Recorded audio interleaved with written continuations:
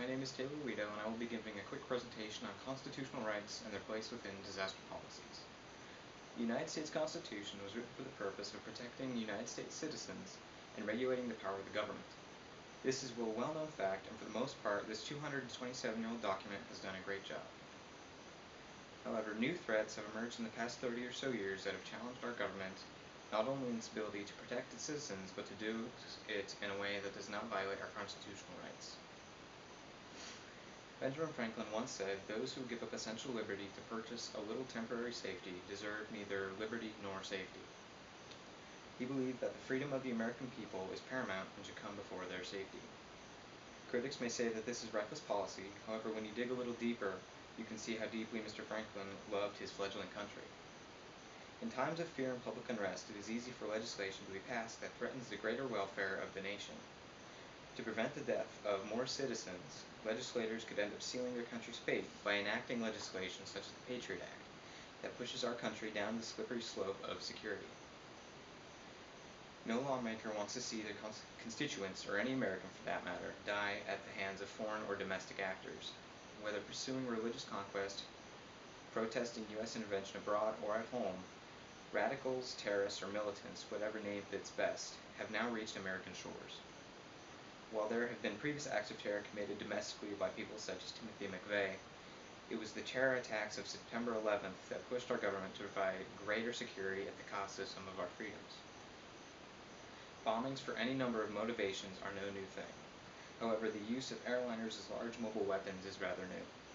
At the time the U.S. Constitution was written, airplanes had not yet been invented, nor could it be imagined that one day religious zealots from the other side of the world would be able to bring their message in violent ways to the shores of the United States. After 9/11, the U.S. government wished to move quickly to prevent another attack of a similar scale from ever happening again. This new motivation pushed legislators to quickly pass the U.S. Patriot Act. There are many aspects of the Patriot Act that have been found controversial with respect to the Constitution. A couple of major offenses include immunity for compliance with FISA wiretaps and the allowance of sneak and peek searches.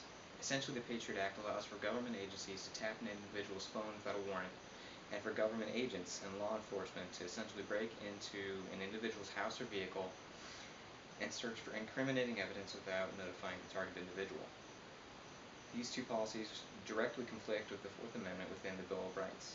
The Fourth Amendment reads, "The right of the people to be secure in their persons, houses, papers, and effects against unreasonable searches and seizures shall not be violated, and no warrants shall issue but upon probable cause supported by oath or affirmation, and particularly describing the place to be searched and the persons or things to be seized." Forgive me for the long-winded definition, but it is necessary to see just exactly how the Patriot Act violates the Constitution. These policies were set to expire on December 31st, 2005, but were extended under the Sunset Provision Act within the legislation.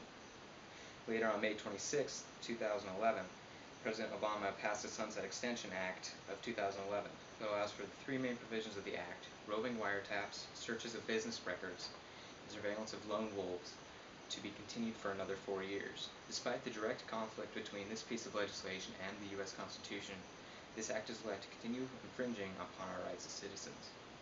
When the Founding Fathers set up our government structure, they created the three branches of government and gave them powers and weaknesses that kept them within the check of the other two. This prevented one branch from gaining overbearing power while still allowing it to enforce, create, or interpret the law and serve its citizens. I believe that a similar balance must be struck between the rights ensured to us by the Constitution and the abilities of our government to protect us. Some of the most fundamental questions that have been asked since our world was turned upside down on 9/11 are, is having our freedom worth living in fear? And is that really freedom? Is our safety worth the cost of our freedom? President Dwight D. Eisenhower once said, "If you want total security, go to prison.